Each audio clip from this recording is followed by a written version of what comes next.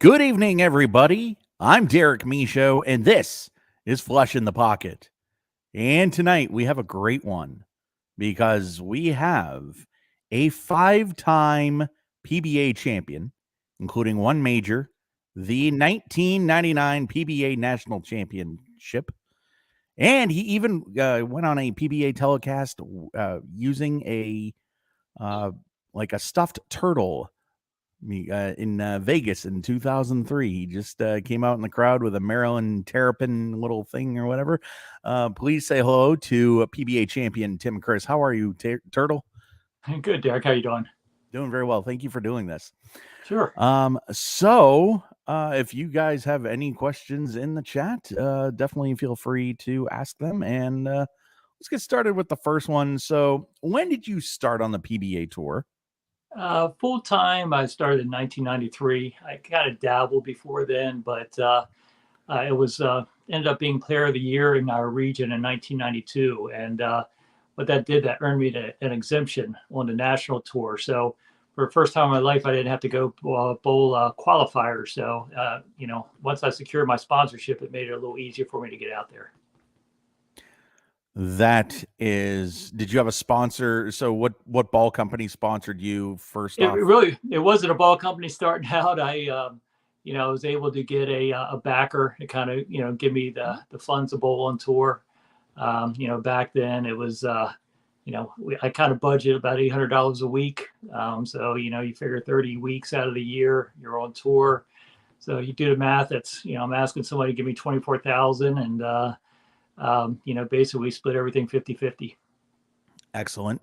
What was your favorite thing about being a professional bowler?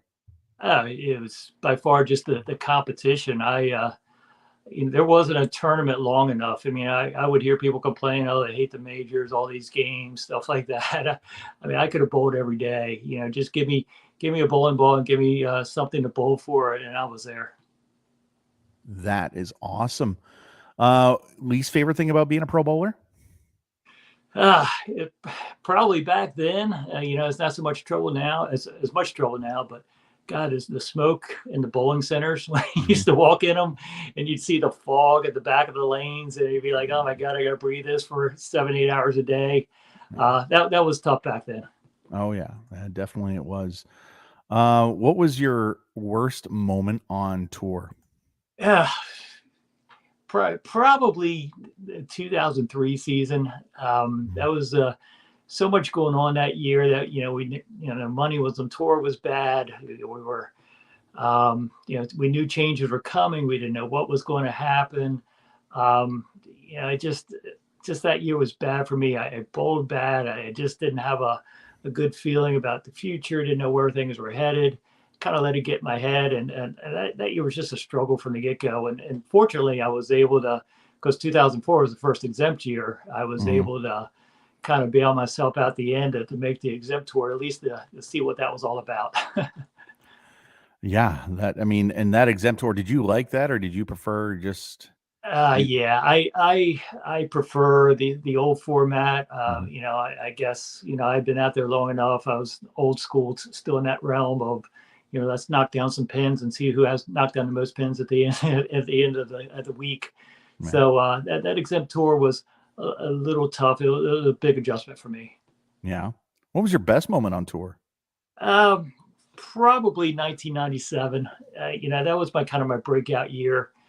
I was coming off 96, which was, I really made some adjustments in my game. And, 97, of course, you don't know what's going to happen. You go out there and you hope for the best. And from the first tournament on, I just, had success and it just kept building off of it and, won 3 tournaments that year. So it was just an incredible year. And it just, one that I'll always remember fondly.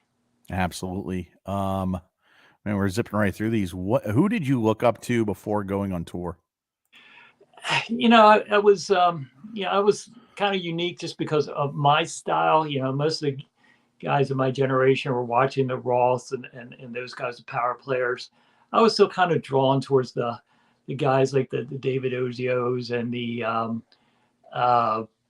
David Oziel is still Anthony was still on tour. Just the guys that just looked like they repeated it and did it without effort. That was just to me that's the way bowling was in my head. Even though the power game was really taking over at that time, that was just something I was just idolized. I idolized those guys that just made it look easy. Now, if you, I'll kind of go off the sheet. If your nickname is the Turtle because you had a slow ball speed. Oh, did the shorter oil patterns bother you, where you had to throw it pretty hard, or? The funny thing was, for the most part, I had pretty good success on the shorter patterns. Mhm. It was kind of unique. I got really comfortable on tour, kind of backing my hand out of it, and the balls are so strong you didn't have to do anything with them Mhm. once the technology kind of took over. So at that point, I was pretty comfortable with the short patterns. My memory is not very good, but we used to bowl in the 35-foot pattern quite a bit, Mhm. and as long as the gutter was sparking, I was ready, man. I grew up playing in a bowling center, where everything you played outside of five, that's where you played. So give me that short pattern where I could play the gutter. I was pretty happy. Right. That's awesome. Oh, hold on one second here. Yeah, we are talking to Tim Criss, PBA champion, 1999 PBA national champion, 5 titles. Um, how many bowling balls did you travel with on tour? That's a tough number to come up with. Mhm. I traveled with a motorhome, so I Mhm. had room. So the years that resin really took over, and I was on ball staffs, and so getting equipment was never an issue. I'm sure at times I would have over 50 bowling balls in my vehicle, driving from stop to stop. So, There you but go. when I started out, I mean that was really 93 was really just the year of when resin was coming out. Mhm. I mean, probably 8 bowling balls was kind of the norm back then. So nothing more than that. It really once the technology took over, that's when the matching of the bowling ball became so important. Did you ever go to get a ball and you didn't realize it, but it cracked? Has that ever Oh yeah, happened to you? yeah, Yeah. yeah, yeah. I that was one of the hazards of the motorhome actually, because in the storage was underneath the bed of the motorhome, so it really wasn't heated. So you're traveling stop to stop, and you're driving up north, and it's 10 degrees outside, and those balls are not staying real warm. And you go Mhm. to get your favorite ball out for the next week, and all of a sudden you look at it and it's shattered. Like, yeah, great. I guess going back to the truck to drill another one now. Right. So I'm in Port Charlotte, Florida for the winter. I live in Maine, obviously, but so at the bowling alley that I bowl at over here, when of course we had the hurricane last year. They did. I was home, but I went to my locker to get out my Brunswick. Um, it was the anyways one of the Brunswick balls, and I realized it cracked. It was the Mastermind Scholar, and it cracked. Right. And I couldn't believe it. I was just like, oh my god, how does ball crack in Florida? But Yeah, yeah. In Florida, you would think you'd get away with it, but right. yeah, no, I definitely have my fair share of crack bowling balls in the motorhome. Oh my gosh. So in 1994, they had the first ever arena show in Erie, the Split Fire Spark Plug Open, won by Dennis Horan. And Hmm. Walter Ray Williams Jr. said said about that telecast that it was the most fun he ever had losing. I know that you don't like to lose because you're a pro bowler, and but have you ever experienced an event where you kind of had fun losing? Yeah, I don't know if you can ever classify fun losing. Right. I led I think it was 90, might have been 99, 2000, one of those years. I led a tournament in Bay City, Michigan by, Mhm. 300 pins, something like that. Mhm. It was really just one of the best weeks I probably had bowling, just from a standpoint of execution and Mhm. um, competition was tough out there. But so to lead a tournament that much, you felt like you should have gotten bonus pins going to a TV show, but of course you don't. So I'm here to leader of the television show, and they actually had us go to a different venue to bowl the tour stop, or to bowl the TV part of it. And I went there, and I had no look. I mean, it was just, I had my ball rep there. We were trying different things, and I'm like, at this point, I'm in panic mode because I'm like, I've never gone to a TV show and had this bad of a look. And about halfway through, I'm looking to shoot about 130. At that point, I'm like, this ain't going to happen. So you kind of, I've had to turn the other way for me. So that was just kind of frustrating, but at the same time, it's like these things happen in bowling. This is the way this game is.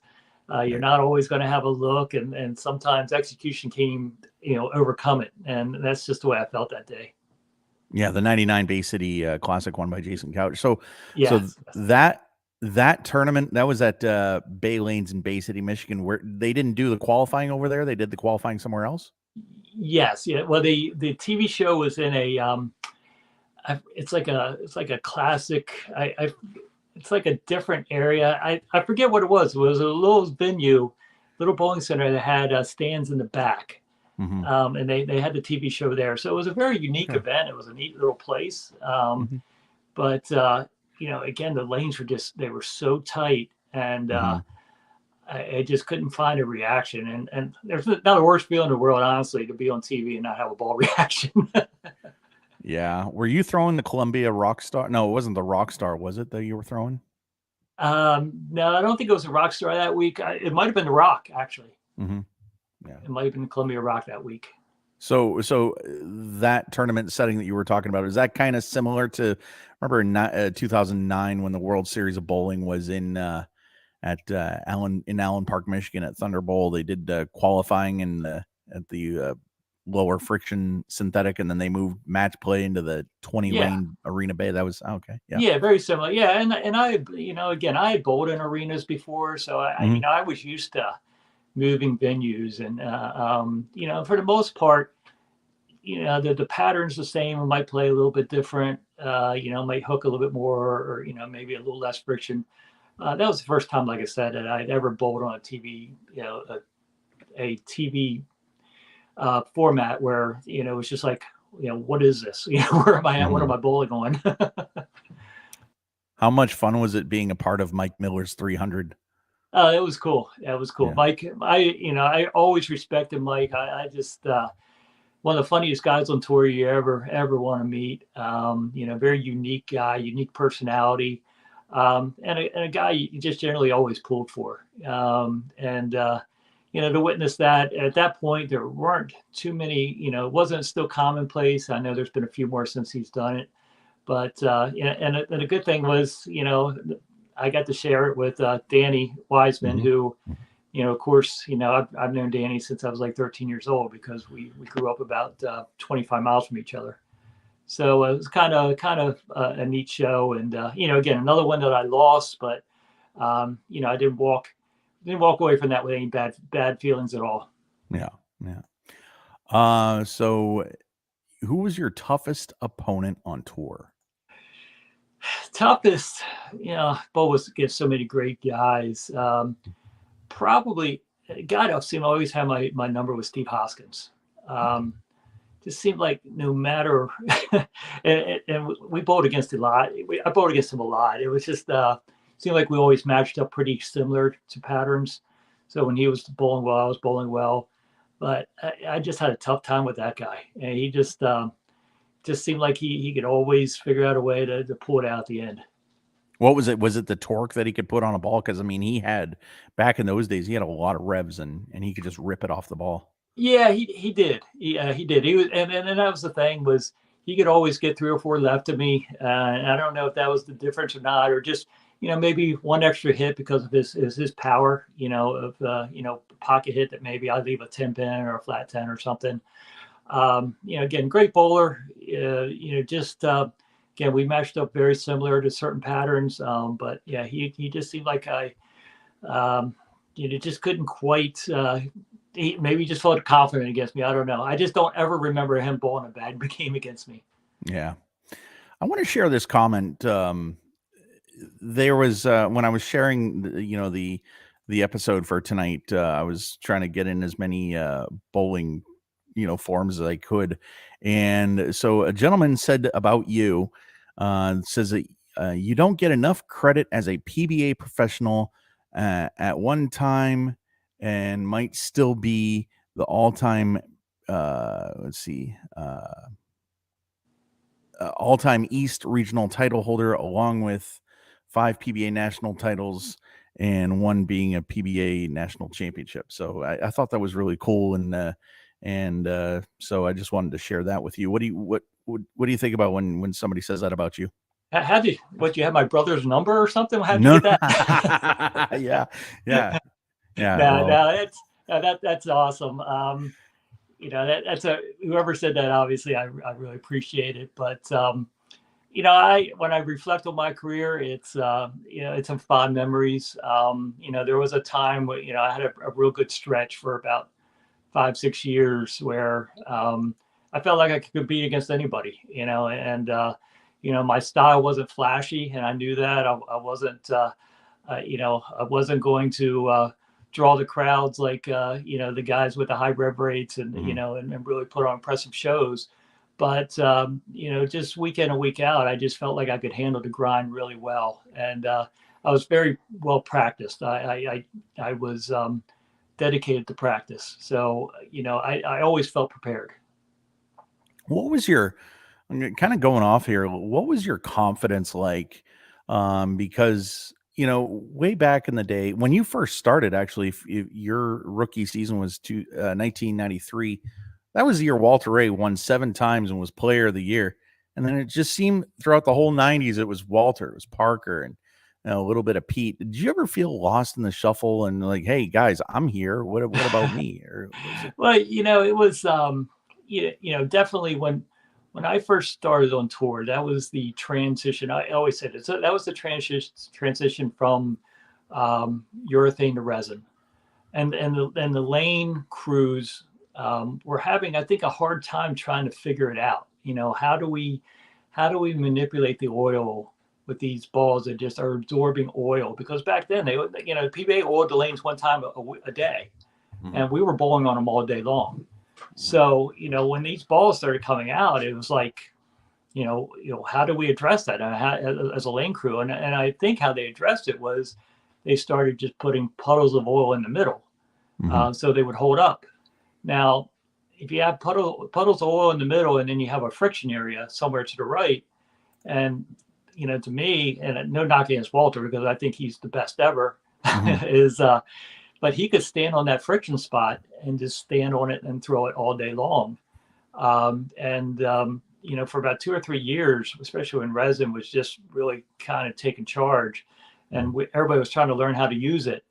I think the guys that could stand on top of the friction and just stand there and use that oil to the left as hold, they just dominated. And that really, I always felt like that was kind of my game, but out on tour, it turned out that it wasn't, because before I went out on tour, that was my game. But again, it was just a change for me because I had to change the way I looked at a lane when I went out on tour, and that was the reason for me to.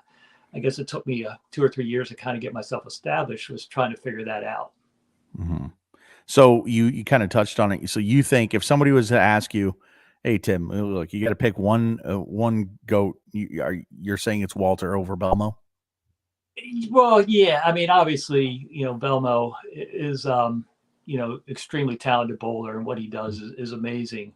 I guess the difference with Walter, and obviously I'm friends with Walter and known him for a long time. He went through the different eras. He went through resin. He went through urethane. He went from the big the block lanes with the big puddle in the middle to the short oil to. I mean, he did it on everything. I mean, there was just nothing that could shut that guy out. He would just always figure out a way to get there. Again, I don't know enough about today's game now because I haven't bowled on tour, so for so many years to see what the difference is from pattern to pattern. But I know back then, everything that I saw change in the years with the equipment and with the lane conditions, everything. Pretty amazing. Any of those guys, the Vosses and the Dukes that just Webers that no matter what was thrown out there, they figured it out.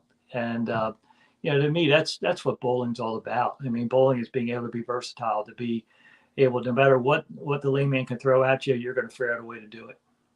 Yeah, you got to learn how to hook it. You got to learn how to play straight. You Yeah, got to learn. absolutely. I mean, I'd say, probably the turning point in my career, I'll never forget. It was in 1995. I'm at the Foresters tournament up in Toronto, and I'm crossing with Duke. And it was one of those weeks that lanes were real tight. Again, it was, again, residents pretty much taking over at this point. It's all anybody's throwing. And yeah, I'm bowling with Duke, and he is, just killing it, just throwing this slow hook thing. Like, and I'm watching, like, that doesn't look that hard to do that. And I didn't have that in my arsenal. I mean, believe it or not, I was called the turtle and everything. I didn't have that slow, big tilt hook thing when I was on tour when I started. So I watched him do that, and I actually tried it that tournament because I was not bowling well, and it was the last tournament of the year. I'm like, I'm just gonna play around and try it, see what it does. And it didn't go so well, but I'm like, I can do that. I know I can do that. So, I dedicated a lot of time to that style just by watching Duke. And and again, that's how you get better. You watch your peers, you see who's doing well and what they're doing. You try to learn from it. So I went home that summer, and that's what I worked on. And became my A game. Once I really worked and developed it, that really became what I was known for. Yeah, and then that, ironically, about that tournament, that was Mark Roth's last national title, I believe. Yes, correct. Yep, yeah. And I actually, I take one step and I throw it. Because I get cerebral palsy and visual impairment and whatnot. One of my good friends actually told me that I have the weirdest style that he has ever seen. So, but whatever works. Yeah, but no, I have to agree with you on the Walter Ray being the greatest of all time, because if, like you said, the longevity. Look at guys like Tony Westlake, Dave Ferraro. Even though they had great careers, Ferraro's a Hall of Famer, and you can name out so many. They left the tour, a long time ago. Walter's still out there. He was still out there until last year or the year before. Last year, 2 years ago. Yeah, right. So and I'm still convinced if I know they started building the patterns where they try to simulate carry down, kind of put a lot of buff at the bottom of the patterns. If they didn't do that, I'm still convinced Walter would be out there winning. Whose number did you have? Who was the easiest? Probably. And I could never figure out why, because another great bowler, and again another guy I felt like we matched up pretty similar, was Dave D'Entremont. I think Dave was, again, he was a kind of a laid back guy, good guy, easy to get along with, but I think I was in his head a little bit because Dave was this power guy, and they called him the power stroker. A guy that looked like he was just going out there and walking through the park and putting all these big revs on it and everything.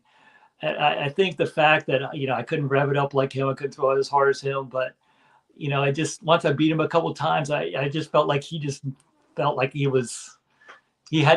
know what to do with me. Yeah. Just one of those things. I could see the look in his eye when I woke up to him, like, oh no, here it comes again. Now, did you talk to him much before he passed, or? No, I kind of lost track of him when when I left tour, he left tour. Didn't really see much of him. Dave, again, another one of those guys that I think had an underrated career. I just think, again, extremely talented guy that very unassuming, but man, that guy could throw the ball. He could throw it really well. No, that's awesome. Do you have any desire to bowl any PBA majors again? The funny thing is, I every once in a while I find a little dead time. And I keep thinking, need to go practice a little bit, just see if I can, show it up for a, senior event, something like that. I don't see myself doing a U.S. Open or anything like that, but senior event, local senior event, just to, see the guys again and kind of catch up on old times. If I do anything, I think that's what I would do. I don't see myself trying to go out and compete against the big boys anymore. Mm-hmm. Yeah. Let's see. So, PBA rule you agree with?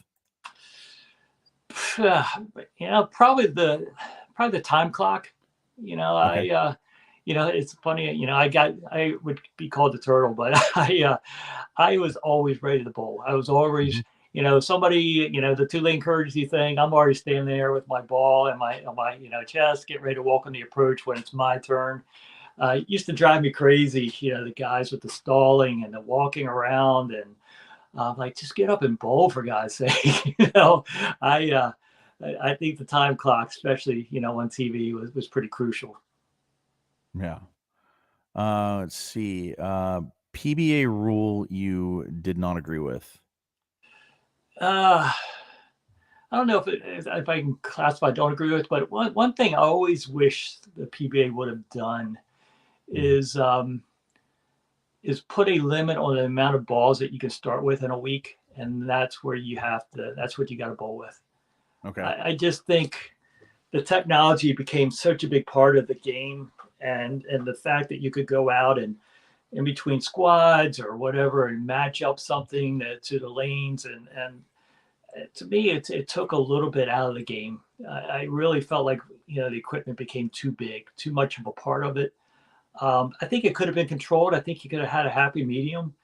I think you could have said, hey, practice session, bring in all you want, whatever you want. Then before the tournament, you check in those 8 balls. That's all you got. So the U.S. Open. Go ahead. I'm sorry. Yeah, good. The U.S. Open, they had what, 10 balls, and I think that was it. So you something like that. Yeah, I totally Yeah. agree with that. Again, I think that brings a little bit more of the natural abilities out of people. Again, the different releases, different angles, ball speeds that you got to create, and it's not just going out and manufacturing it from the drill press. Let's see. So I guess what uh, what should have been a PBA rule that wasn't? You kind of covered that the whole the limit of bowling balls, something like that. Yeah, that and again, if I had to, take one other step, to me, PBA format, bowling formats in general, I like it being about how many pins you knock down. The winning and losing matches, even though it's always been like that on TV. Mm-hmm. I still think the fairest and what brings out the best out of every bowler is who knocks down the most pins. Mm-hmm. I can't tell you how many times when we went to the exempt tour and we were just bowling matches. You win, special 4 out of 7, 2 out of 3, whatever it was, 3 out of 5 at the time. Mm-hmm. Mm-hmm. I would win, be up by 30 or 40 in a game, and then the person I'm bowling against all of a sudden just goes into search mode. They bring out a different ball, trying these different angles because the game doesn't matter. So they'll go out and and I did it too. I mean, you go out Mm-hmm. and say, I'm sacrificing this game because I'm going to lose. So now they're, shooting 140 just to get a good look for the next game. Again, to me, that wasn't a true indicator of who's bowling the best. Then, that's why I said every pin to me should matter in a bowling Mm-hmm. tournament. Mm-hmm. So I think I got this wrong. I think I confused it with, and no disrespect, I think I confused it with Mike Albee. What was Okay. your last year on tour? Because I said it was 03, 04, but I don't think that wasn't it, was it? No. My last full year, I think, was 2006. So why that time to why was that the time to retire? Uh, yeah, I think my career was kind of stagnant. To be honest, I was typically finishing like around 25th in points. Okay, good. Nothing wrong with that. You're bowling against the best in the world. Nothing shameful about that. But at the end of the year, I'd look at the money and I'd be like, that's not really getting us anywhere. I was getting older. I was reaching my upper 30s. I had my my daughter was in, starting first grade. Mm-hmm. So, she wasn't traveling with me full time anymore with my wife, like, we did all those other years. So I think it was just time, the tour was, not really blossoming like we had hoped when the exempt tour took over. Mm-hmm. We kind of hoped like, hey, we were starting here and the money was just going to skyrocket from there. Mm-hmm. Again, you just kind of got that feeling like, what's going to happen. And I just I couldn't, I was at the age where there was no way I was going to be able to withstand another. We're going to go backwards again with money. The formats are going to change. I can't do that. So it was just time for me. It's just time to move on. Okay. How is your family doing? What's going on, if I may ask? Oh no, they're good. My daughter is actually getting her master's in sports management. She's a sports freak like me. So that's been her passion since she's been able to talk. My wife's great. Has a job she enjoys. Has off in the summer, so she loves that. So everything's good here. And did I see she's Amanda's getting married? Yeah, she is. Yeah, she That's is. awesome. She got engaged a couple of weeks ago, and I've always told her that no matter what guy you bring home, I'm not going to like. But unfortunately, I kind of like this kid, so she got lucky. Well, congratulations to her and you, of course. Well, thank you. That's excellent. Thanks. All right, so we're gonna do this segment called "Going Flush in the Pocket." So it's just 12 random questions, not necessarily having to do with bowling, but it's just some fun things. So are you ready? Yeah, I'm ready. All right. So what is the smartest thing you ever done? Probably retiring when I did. I just I got lucky. I had an opportunity when at the end of the tour to jump into something that I kind of was in before I started on tour, which was my brother's business. We started it together. Mm. When I was ready to retire, I called him up and said, "Hey, I want to come back. Let's do this," and it's worked out really well for me. So, somebody asked in the chat or on Facebook, and somebody else said, "Well, you got to tune in. Do you still bowl in league, or are you away from it?" Yeah, I bowl. I actually went a couple weeks ago and bowled. Real funny story is a bowling center that is about 25 miles from here closed down about a year and a half ago. Country Club Lanes down. We actually had a national stop there for a couple of years. It used to be owned by Dennis Baldwin, who was the owner of Hammer Bowling Balls. Anyway, it just closed down, and I went into the bowling center where I used to practice all the time, kind of my home center over here, and it's called Forest Hill Lanes. And I walked in, he goes, "Hey, I got something for you." I'm like, "What's that?" And I got handed a 300 watch. And it was from a league I bowled in 1989 in Country Club Lanes. Mm-hmm. Some reason, I guess I didn't bowl there after that. They never got it to me. And so when the center closed, somehow they thought to send it up to Forest Hill Lanes. So I got a 300 watch. Well, there you go. But yeah, as far as back to the question, I went in there and just I bowl every once in a while for fun. And believe it or not, I when I bowl, most of the time I bowl with no thumb in the ball. Oh, there you go. Yeah, don't. There's some people that would probably scream at me because I know the traditionalists out there. Some of them are my friends, so sorry about that. That's all right. That's all right. So, what would you say is the dumbest thing you ever did? Dumbest thing had to be that last motor. I bought a motorhome near the end of my tour run, and what a financial disaster that was. So, hey, if anybody's buying a motorhome, don't buy new. That's my best advice I can give you. Okay. So you kind of touched on number 3 was, do you still bowl? And so that's cool that you got that 300 watch, and it's nice to just do it whenever you want and don't have to worry about what you don't have to worry about doing it for a living. Yeah. I tried when I got off tour, I tried, bowled some leagues, tried to bowl a couple local events. And, it was tough mentally for me because I really, when you do it at that level that I was doing it at, and just every shot mattered, I was bowling for a living. And, and to try to go back then when I got back off tour, I couldn't do it. I felt like it was either all or nothing. So, my daughter, was into sports, and that was a great, thing for me to get away from it. From bowling, I would kind of, got involved with her sports pretty heavily.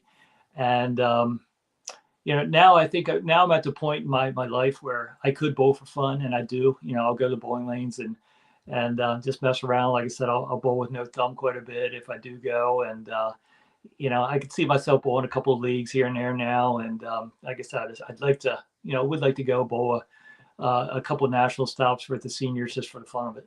That'd be awesome. Yeah, it'd be interesting to see you with no thumb. I mean, I'm so used to you just just circling the whole lane. So all right. So when on tour, what did you do to take your mind off of bowling? Probably probably golf. That was the best thing. I mean, of course, weather had to cooperate. But a lot of my better friends, I played a lot of golf with Walter Ray. Mark Williams was, always willing and ready to go play golf. Philip Ringener was another guy I used to play some golf with. So I had a certain pretty big group of guys that were all Rick Steele Smith, Justin Vromick. There's all those guys were all big golfers, and that was to me the best way to get away from bowling, and still to this day, there's anything going on around me. If I can get out on the golf course, I can escape it pretty quick out there. Good for you. That is awesome. So a little bit of fun here. If there was a bowling movie called The Bowling Turtle about your exact bowling career, who would play you? Well, if my wife had a choice, she'd probably pick Ben Affleck, but she's got a thing for him. So I'm not sure if I'd see that fit. But I will say I had a beard, for about a year and a half, and I had a couple of people say, "You look like Billy Bob Thornton." I don't know. I don't really see it, but when I had the beard, I had a couple of people say that. So we'll go with Billy Bob. Sure, awesome. So, what's your favorite music? Probably always been a rocker. Always grew up in the 80s. 80s rock is still a thing I still listen to. Into alternative stuff too. The thing I had to skip over was grunge. Couldn't stand grunge, But still to this day, rock music's still my thing. Yeah. I'm a diehard country guy. Always have been. Always will be. Oh yeah. There you go. So when I was growing up, and whenever Dad would take me to the bowling alley, I would always want to play the video games after I got done bowling. Did you ever find yourself in the arcade after a PBA telecast? Yeah. One of my better friends on tour, Tommy DeLutz, he was a big video game guy. So we killed a lot of times at playing video games, and of course I had a motorhome, so I had my PlayStation out there too. So I had plenty of visits from him and some other friends, and we'd go out there and kill some time playing video games. But it'd be hard pressed to find a bowler that probably didn't play video games in my era. Sure. My first event that I ever went to was the '99 U.S. Open. My dad ended up playing shooting pool with Robert Smith, so I thought that was pretty cool. Yeah, that's awesome. Yeah. So in the winter tour, that was on Saturdays, and then of course in the 2000s on Sundays, and then the fall tour would be on either Tuesday or Wednesday. A telecast on Saturday or Sunday afternoon, or a telecast on a weeknight. What was easier to get ready for? I bowled in all of them. I think the Saturday afternoon was the best. I mean, it's my first TV show was an ESPN show in 1994, and it was an evening. It was a Tuesday night evening show, and I can't tell you how long of a day that was. Okay. I mean, I literally, had trouble sleeping that night, wake up early that morning. And, I don't think I had to be at the lanes till like 5:30, something like that. I mean, that had to be a year and a half, before I got to go to lanes and actually bowl. But, so I think I enjoyed the daytime ones, the earlier ones, just because you got out of bed, grab something, you go to the center and you go, a little less thinking, a little less time to really dwell on it. Oh yeah, yeah. But I mean, that's totally understand. I'm the same way. Like, you're alone with your thoughts, and all of a sudden, you know, yeah, that's definitely tough. Yeah. So, Coke or Pepsi? Uh, Coke Zero. Oh, really? There you go. Yeah, Coke Okay. Zero. Yeah, I mean, I used to. It was always Coke, but and then I started drinking Diet Coke, and wasn't a huge fan of it, but I would drink it obviously just trying to watch my weight, Mhm. because I drink way too many sodas anyway. Yeah, And right then there with you. I found Coke Zero, and I got to tell you, I'm pretty happy with that one. Mhm. So, if you could have dinner with three people, living or dead, who are they? Well, Bo Jackson, best Mhm. athlete, I could ever, ever seen. What an interesting guy that would have to be. Elvis. I mean, you can't go wrong with Elvis, right? I mean, the stories Right. you could tell. I mean, Mhm. that would be crazy. And then just to probably mix it up, let's throw Bill Gates in there. Oh, Somebody who, from the business world that everything he's accomplished, and it seems like he's in the middle of everything. So that would be a very interesting dinner. if you had dinner with Bill Gates, who's buying? Well, he is. There you go. I might not be able to afford to walk in the restaurant that he walked into. Oh man. So if you could do one telecast over again, what would it be? What would you pick and what would you do Uh, different? prob- Probably, I think it was 1998, AC Delco Classic. Mhm. Um, AC Delco at that point was a big paying tournament. That was, I think, our second biggest one of the year. Um, I was finished second, won my first match, and had to bowl against Steve Hoskins for the title again. I mentioned Steve, and Steve always Mhm. had my number. Mhm. But that was the days of the big incentives for bowling balls. I was on Columbia's staff. So the goal, and I was always try to be a company guy. The newest ball out, you want to get exposure for. Mhm. And I would say that wasn't a ball that I probably used all week. There, I bowled really well. Probably didn't use it all week. It really wasn't a ball. Hate to say it, but it didn't do very well in its run. It was kind of, hate to say a dud, but it didn't have a lot of success. But Mhm. on that show, I used that ball. So if I have one regret, one show I'd probably like to have back. And again, I bowled okay. I think I shot into 2 teens somewhere, and it was a close game. Mhm. But I felt like I handicapped myself a little bit with my equipment there. Yeah. There you go. Okay. So what are you final question, what are you binge watching right now? I'm not a big binge watching guy. Mhm. Probably the show that when it comes out and I sit and watch it, and it's probably the only binge I've ever done. When it just comes out, I instantly turn it on. I watch it till I get through all of them. Is Cobra Kai. Mhm. Uh, I just I just find it amusing. I was always a Karate Kid fan. When it came out in middle '80s, '84 or whatever. That was a great story.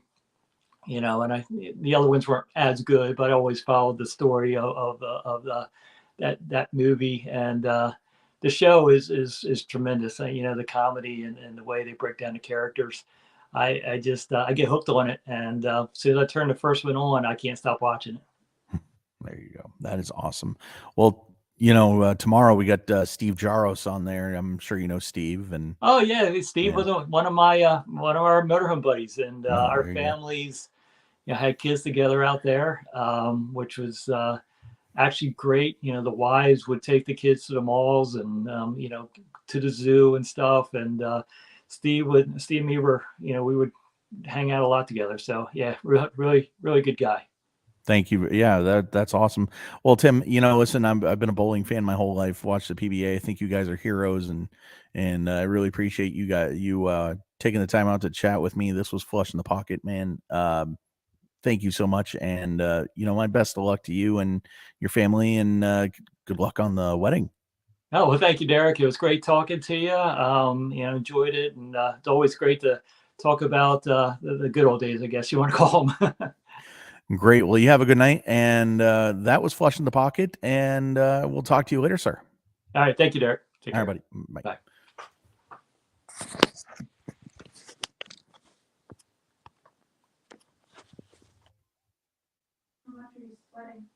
Me? I'm not sweating. Why? Were you down there the whole time? And that's Flush in the Pocket. Tim Criss, 5-time PBA champion. What a great telecast. What a great episode this was. Definitely shorter than the one with Parker Bone, but that was excellent. And thank him very much for watching. And yeah, tomorrow night you will be interviewed. I will be interviewing Steve Jaros, a 7-time PBA champion and the winner of the 2005 Tournament of Champions. So watch that one. That'll be tomorrow night, 8:00 Eastern, right here on YouTube. So go ahead and subscribe to the channel, Flush in the Pocket Podcast. And this was great. And thank you, everybody, for watching. Have a good night, and I'll see you tomorrow night with Steve Jaros.